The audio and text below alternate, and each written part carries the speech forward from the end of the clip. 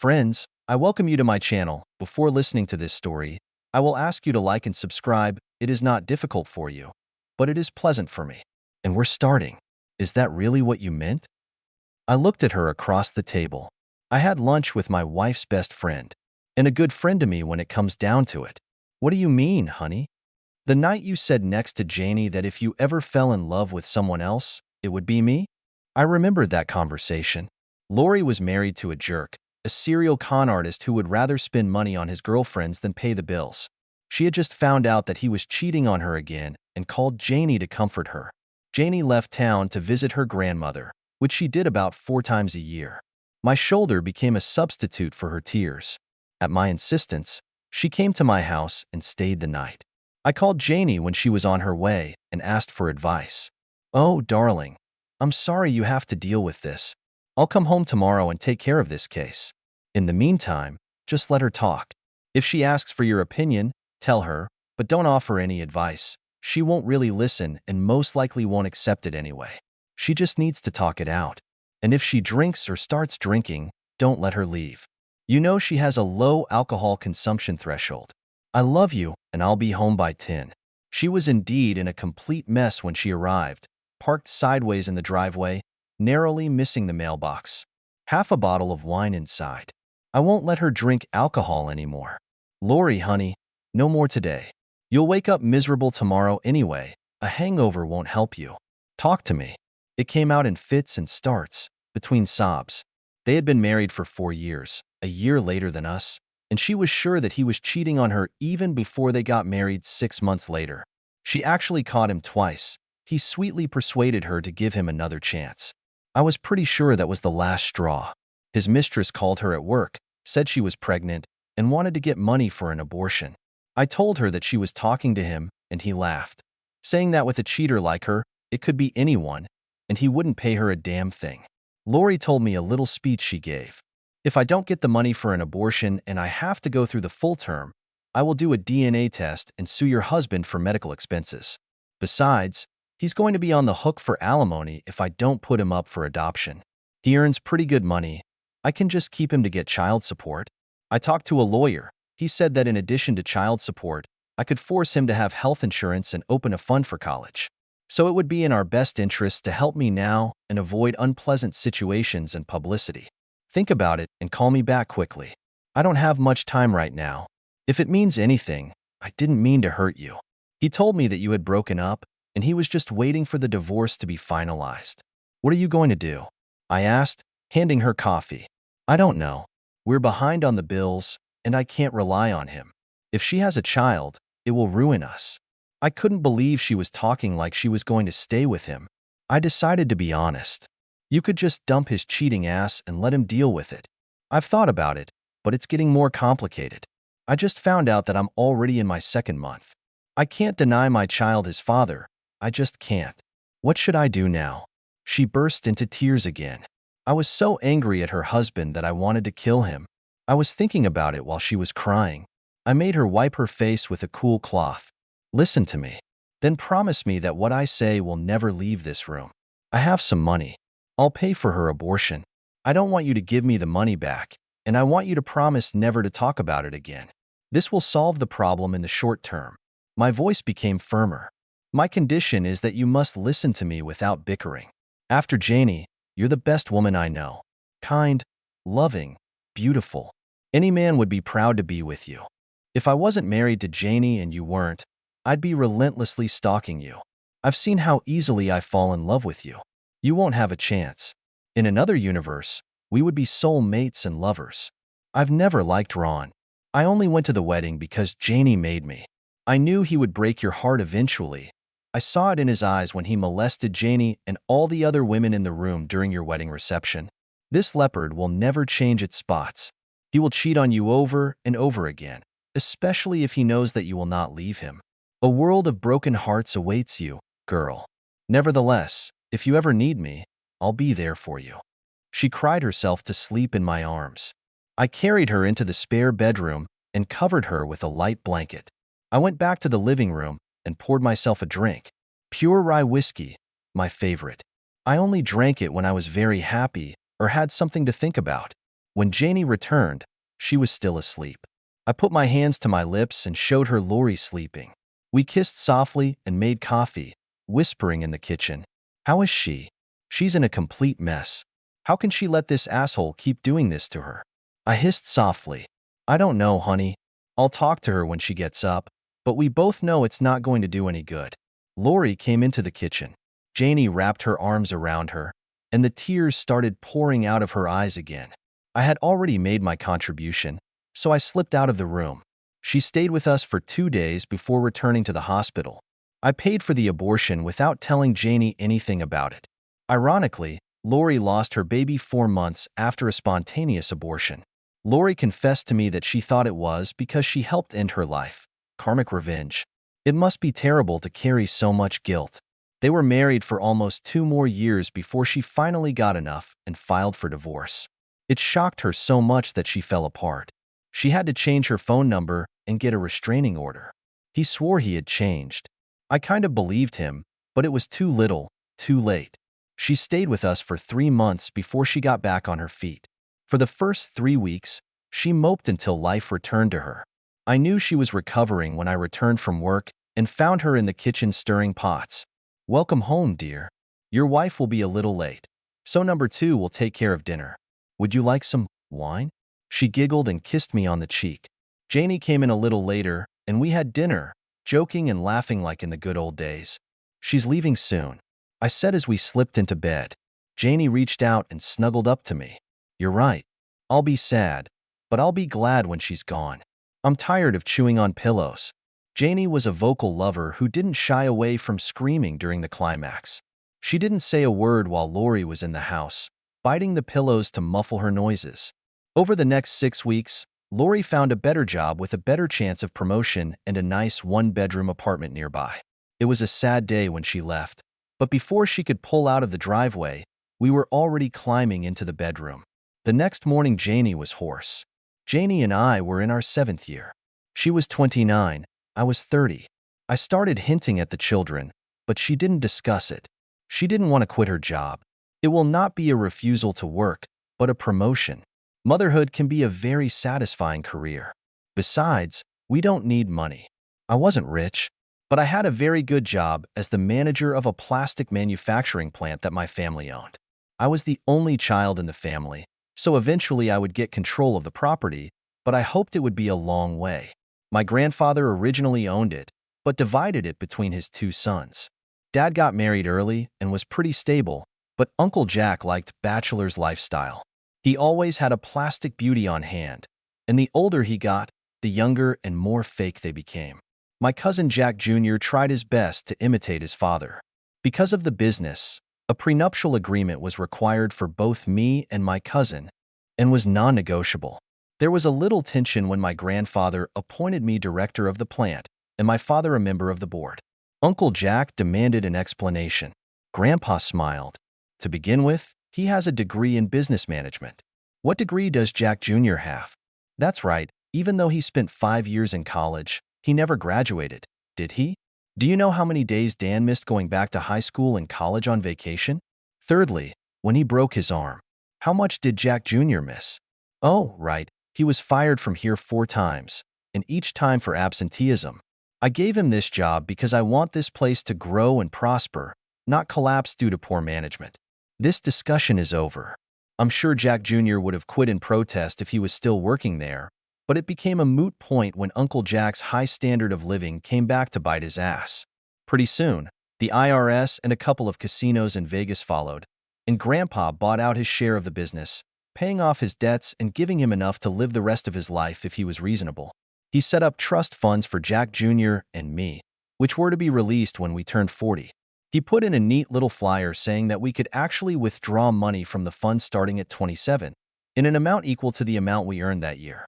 He did this so that Jack Jr. would keep working. Jack Jr. hated it. I was making $45,000 a year, but I only touched the trust fund twice, once to pay for Lori's abortion and pay for a short vacation to the Bahamas. Janie has been kind of distant lately, and I thought giving her this vacation as a sign of how much I love her might cheer her up. And so it was, until I said about the children again. Finally, I lost my patience. Janie, If you didn't want children, why did you say you agreed to have at least two when we got married? Have you changed your mind? If you did, didn't you think you should have been kind enough to tell me about it? I'm almost at the limit of my abilities. I think my little tirade scared her because she washed off her birth control pills a little bit. 6 months have passed. I offered to get tested, but Janie wanted to give him a little more time. I reluctantly agreed to another 90 days. Lori told us to relax. It will happen when you least expect it. My suggestion is to continue practicing often. I finally tested myself. I was fine. A lot of little swimmers and very good mobility. I was trying to figure out a way to check on Janie when Lori invited me to lunch. I don't quite understand your question, Lori. What's happening? She was twirling a napkin in her hands, looking miserable everywhere but my face. Lori, what happened? If you need to say something, spit it out. Finally, she gathered her courage and looked into my eyes. I'm leaving town, Dan. I got a job promotion and I'm moving to Atlanta. I'm leaving very soon. The only thing I'm going to miss in this city is you. I was shocked. Until last week, she was at home or on the phone 2 or 3 times a week. I wondered why she hadn't called, but I realized that she was putting her affairs in order for the transfer. Damn it, Lori, this is kind of unexpected. Why didn't you tell us before? Does Janie know? She will be devastated. She's going to miss you terribly. We're both going to miss you. And to answer your question, yes, in another world I could easily fall in love with you. Then tears welled up, heavy ones. I knew that no one had lunch that day, so I got the check and put her in my car, called the factory and told them that something had happened, a personal emergency, and I probably wouldn't be back until the end of the day. I took her to the park. We often went there to concerts. The 3 of us shared a blanket and a bottle of wine. I knew that when Ron upset her, she would come here and watch the children play. It calmed her down. There was a small gazebo to the side, a quiet place surrounded by trees. It was nicknamed the Love Hut because couples often used it for privacy. I took her there. What's going on, Lori? I haven't seen you this upset since you got divorced. At the word divorce, she began to cry again. I hugged her, stroked her hair. After Janie, she was the woman I cared about more than anything in the world. Now be quiet. You did the right thing. You know you did the right thing. He never loved you the way you deserve to be loved. You'll find a good man. You're too good a woman not to. She stopped sobbing and pushed me away. I'm not crying because of my divorce, but because of yours. She jumped up and ran. I sat stunned. What did she mean by that? I found her on the playground, watching the children. We sat on a bench in the warm sun, watching them play with happy, innocent faces as she described the destruction of my world.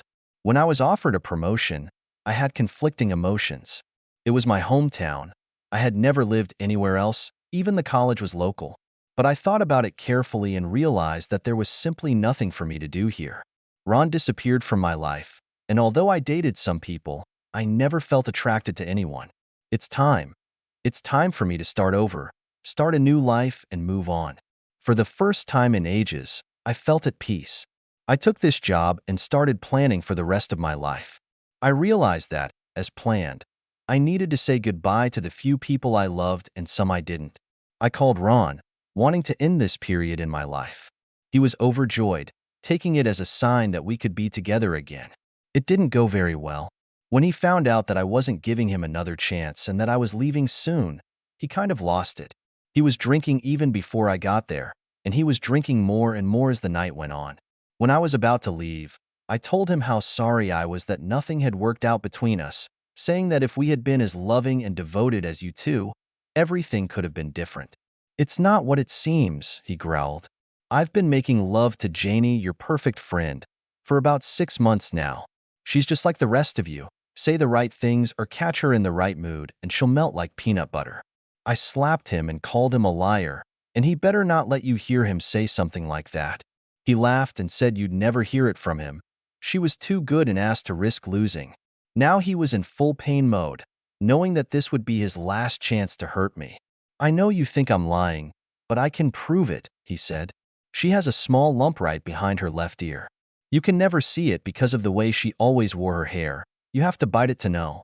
Is this a birthmark? If she hadn't shaved, you would never have known she was there. Lately, she has decided to grow enough hair to shave a small heart and cover it up. It's like a 5 o'clock shadow. When you come down on it, it's so bristly. I was reeling. The bump and birthmark were in place, and she allowed them to grow to form a heart. I work out with her at least twice a week, he boasted. We do this on Thursdays when he has weekly meetings, and on Saturdays when he plays golf. While he puts three, I get a hole in one. 2 weeks ago, we were almost caught because it started raining.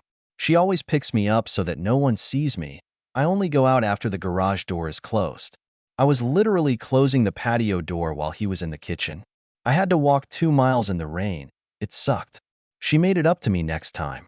I remembered that day and how excited she looked. I asked her if anything had happened, and she replied that I had taken her by surprise when she was daydreaming. I remember joking that she should stop dreaming about making love to other men, and she giggled and said it took away all her pleasure. I was glad we didn't have lunch. My stomach twisted. She fell silent while I tried to control my breathing. It's getting worse, she said sadly. He told me why she wasn't getting pregnant. She made a big deal about flushing off her pills, and then went the next day and got one of those implants that last 3 months. She plans to say that she has been tested and cannot get pregnant. She doesn't want children. She can't stand them. She doesn't want to destroy her body and take on such temporary obligations to anyone or anything. She's really shallow when you approach it.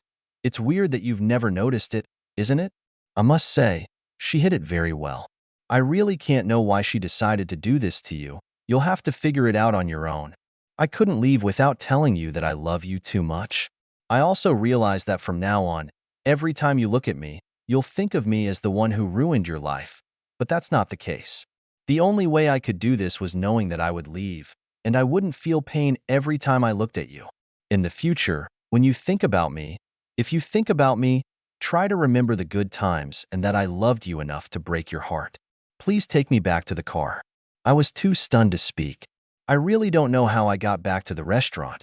We parked and sat for a minute before she got out. Give me a hug, a very sad voice asked. I went out and hugged her tightly, finally starting to cry. I was too depressed to speak.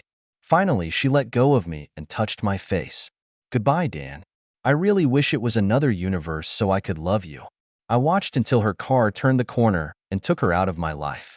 There's a reason it's called heartache. You're literally whining. The pain is so intense. Anyone who has ever been through this knows exactly what it feels like. I don't think I took 10 breaths in 10 minutes. Somehow I got home at my usual time. Janie, as usual, chatted about mundane things. Then she stopped and asked, "What's wrong with you?" "You didn't hear a word I said. You're a million miles away. What's bothering you?" "I'm worried about the fact that my wife is a lying, cheating fool who makes love to the biggest asshole I've ever met, talking about how much she's expecting our baby. That pretty much explains everything, doesn't it?" Of course, I didn't say that, but it flashed through my mind. Looking at her beautiful body and beautiful face, high, killer smile, I was surprised that I had never really looked under the surface to see that she was a self-centered fool whose only concern about world events would be to prevent her from getting what she wants. I've been going over our lives in my head ever since I talked to Lori, and I kept getting mad at myself for not seeing her.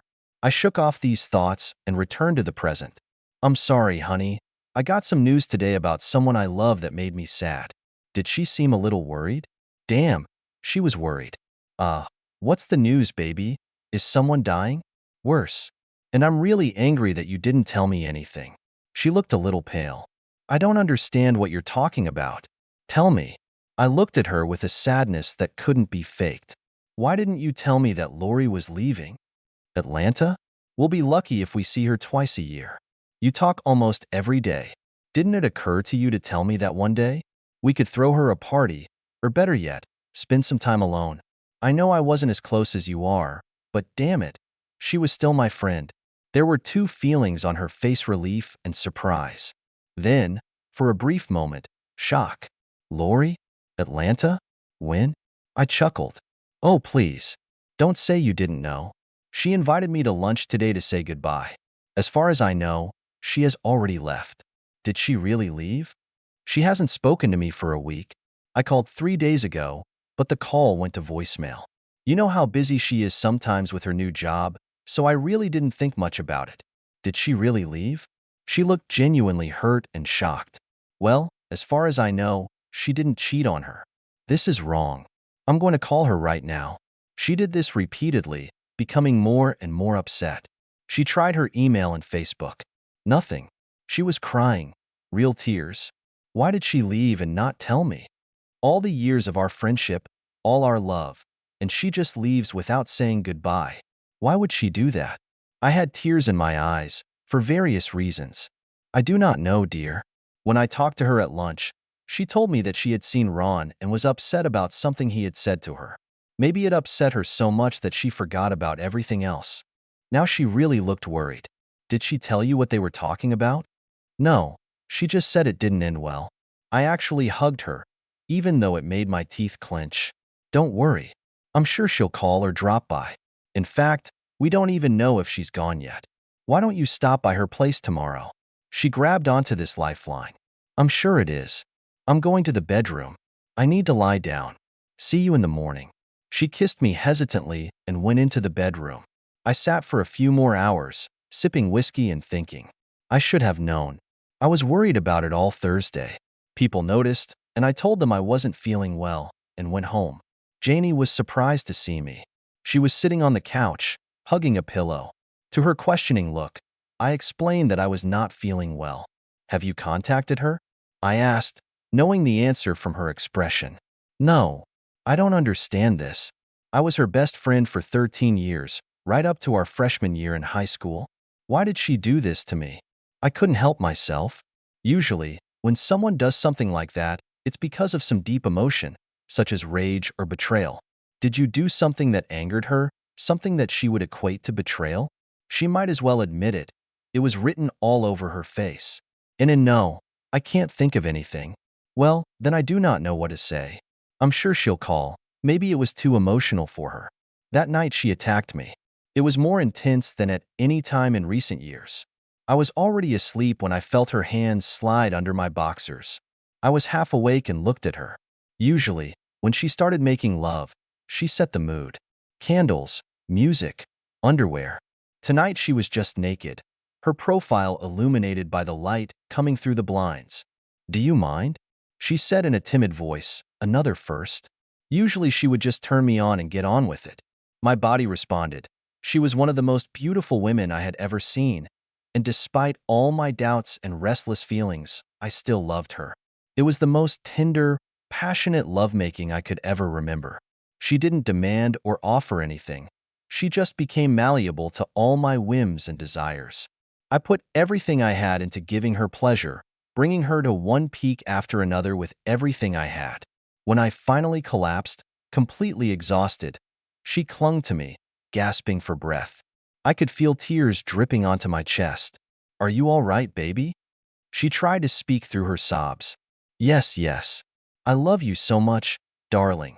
So much. What a fucking mess has my life become that I was lying with my wife after the most intense session of love in my memory, not believing a single word she said. Soon she fell asleep, snoring slightly, as she did when she slept on my chest. I lay there for an hour, peering into the darkness, before carefully untangling us and getting up.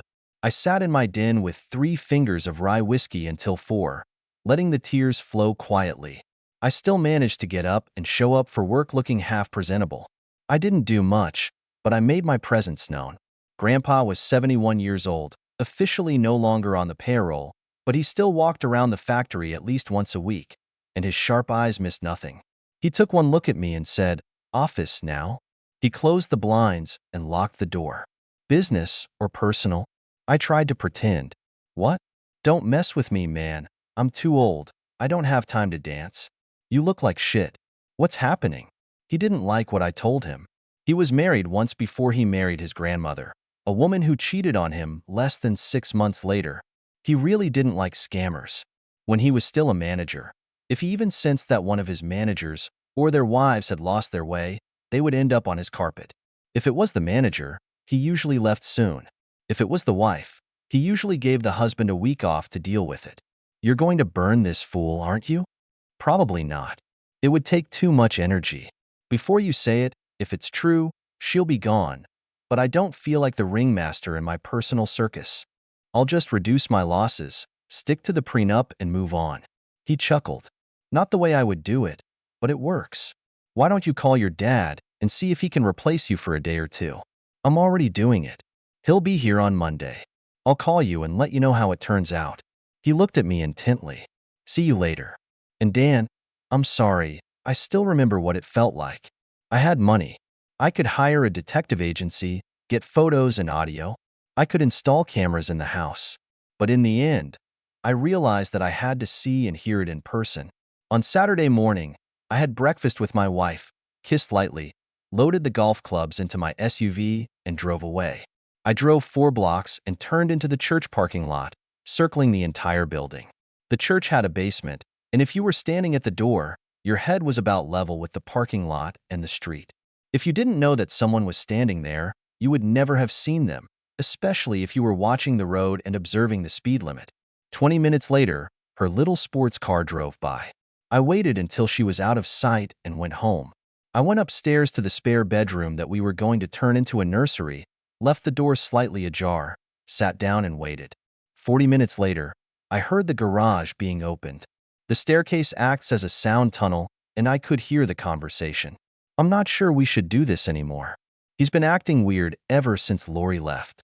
I can't believe she didn't say goodbye to me. You don't think she knows, do you? I heard his voice, cocky and arrogant.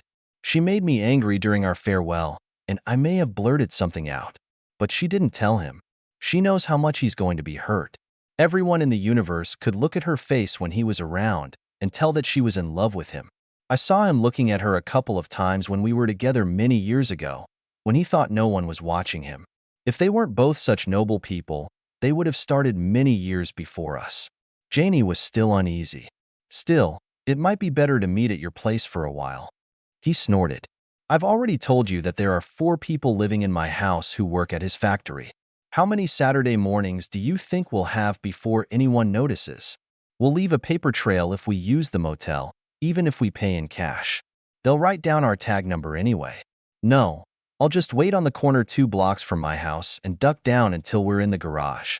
If anyone sees you, they'll think you're doing what everyone else in the suburbs is doing, running errands they can't complete for a week. So far it has worked. Don't try to fix something that hasn't broken.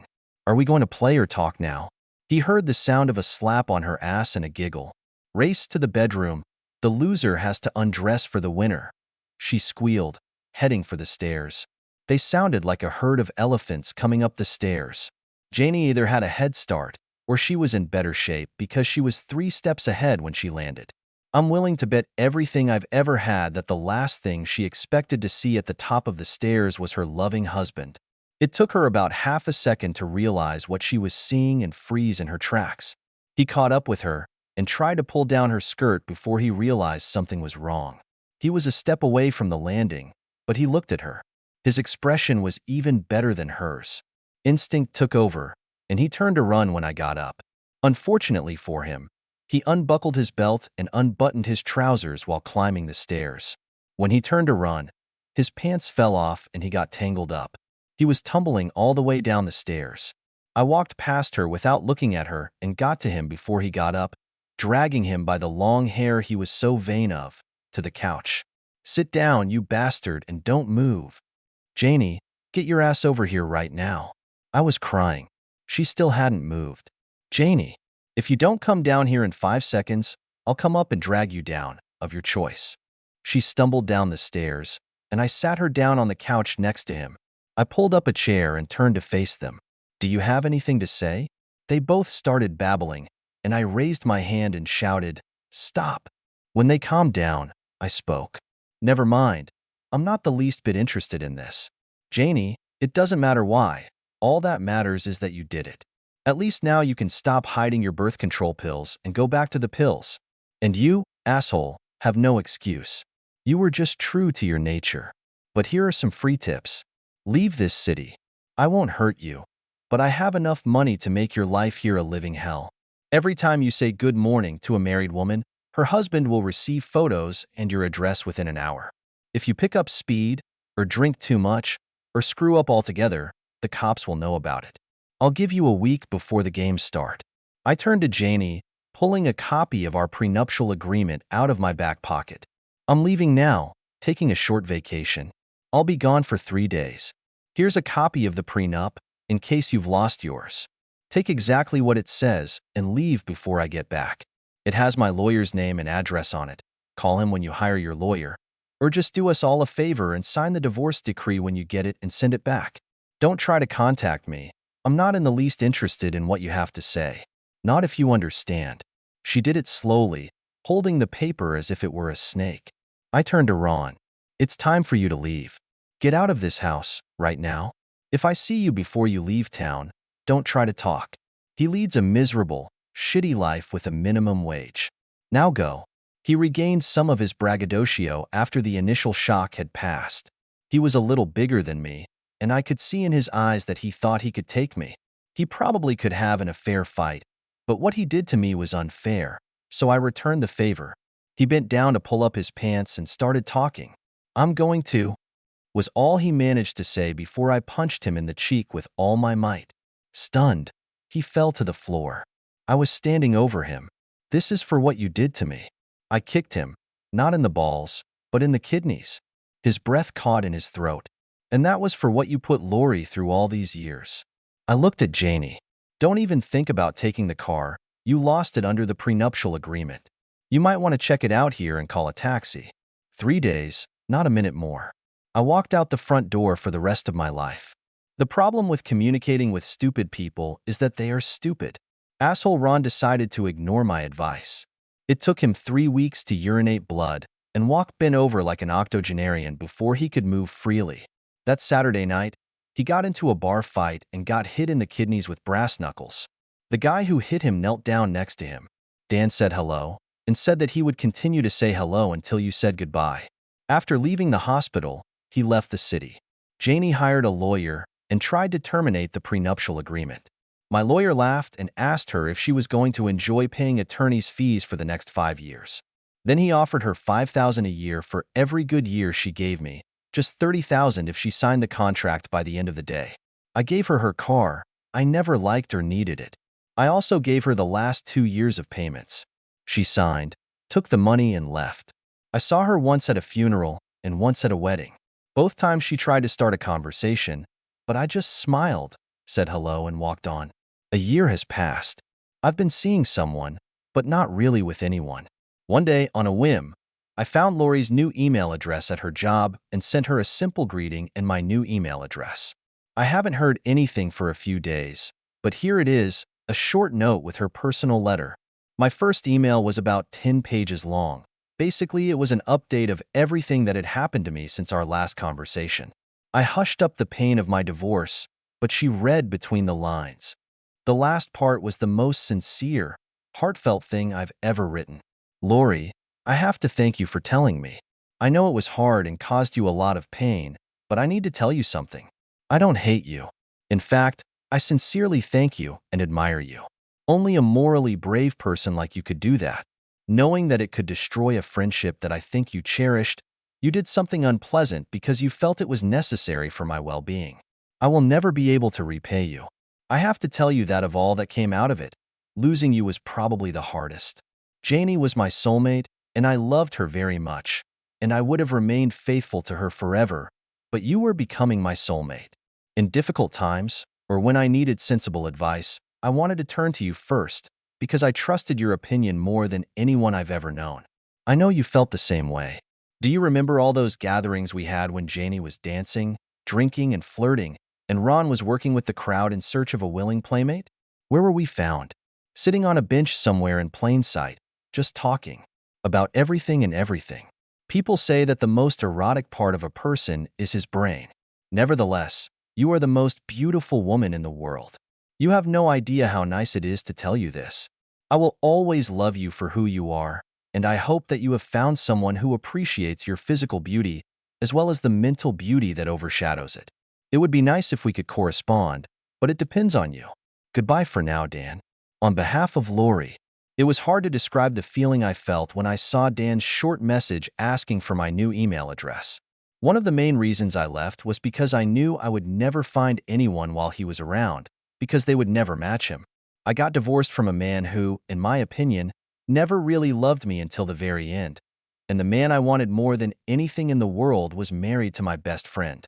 When I got the promotion, I thought long and hard before accepting it, but in the end it was better for me. If I hadn't been in close proximity to Dan, maybe I really could have found someone else. When I found out that Janie was cheating on him, I realized that no matter how he felt about me later, I had to tell him. I knew it would destroy any chance I'd ever have with him. I can close my eyes and see all the details of his face when I told him everything. We were in the park, on a bench near the playground. The joyful cries of the children mocked us when I told him that he would remain childless if he stayed with his wife. And I felt almost unbearable pain for the child I could not give birth to. When I left him, I already had everything packed and transported, except what was in my car. I'm surprised I didn't kill anyone that day, especially in the first 50 miles I drove. It took me so long to stop crying. I never talked to my best friend again after I found out about her betrayal. Sometimes I think it was a mistake. Days turned into weeks, weeks into months, until a year passed. My boss loved me, maybe because the only thing I did was work. I made some friends, spent a few evenings with my colleagues, but I haven't met them for almost 9 months. The few dates I've had have been pleasant for the most part, but they quickly realized that I'm not interested in either a long-term relationship or a one-night stand. I rarely had a date with the same man twice. It was a mistake to open this email at work. I did it during lunch and stumbled out of my office on my way to the ladies' room, crying like a baby. All my old emotions burst to the surface, and it was just too much to handle. 70% of my office was made up of women, and when one woman sees another crying, instinct kicks in and they go into protective mode. 3 of them followed me. "Lori, honey, what's wrong?" It took me a few seconds to find my voice. "It's all right. I just received an email from an old friend, and it brought back a lot of old memories, both good and bad." "Really? I'll be fine. Just give me a minute." I heard a whisper, and Julie left. The other 2 stayed with me until I calmed down and fixed my makeup. Julie came back with my purse and a strange expression on her face. "I'm sorry, Lori. When I took your purse, I saw your email. I couldn't help myself. I read it. Please let Carol and Cindy read this. It's one of the most beautiful things I've ever read. After that, I want you to tell us all about it." I should have been offended, but I wasn't. They came back with me and read the letter.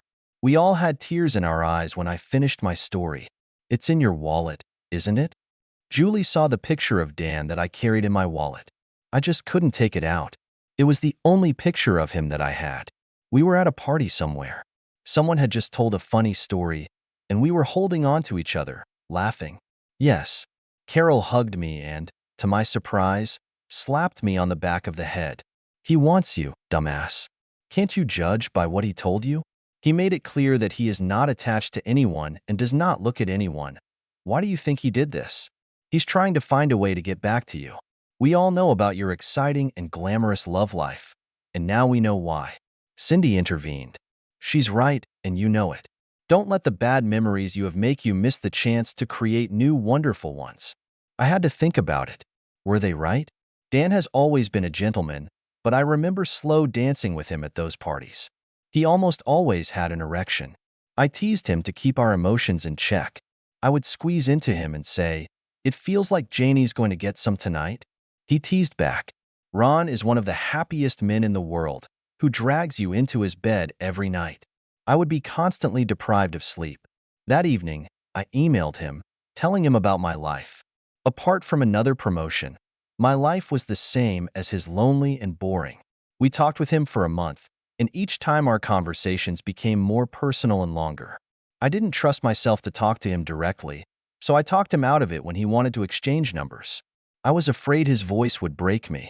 On behalf of Dan, I was very glad that she allowed me to email her. I actually think it would be better if we didn't talk directly, even though I was dying to hear the sound of her voice. Emails gave you time to think, to edit your thoughts so that they were more understandable. I remember telling Lori that I once read about 2 English poets who fell in love through letters and got married by proxy, but never actually met. Although it was difficult to understand this relationship, it was easy to understand the charm of the letters. However, I was very disappointed with this distant, sexless affair.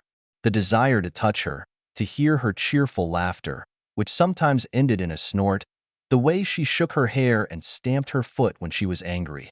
I gently asked her to fly to Atlanta, and she just as gently refused me.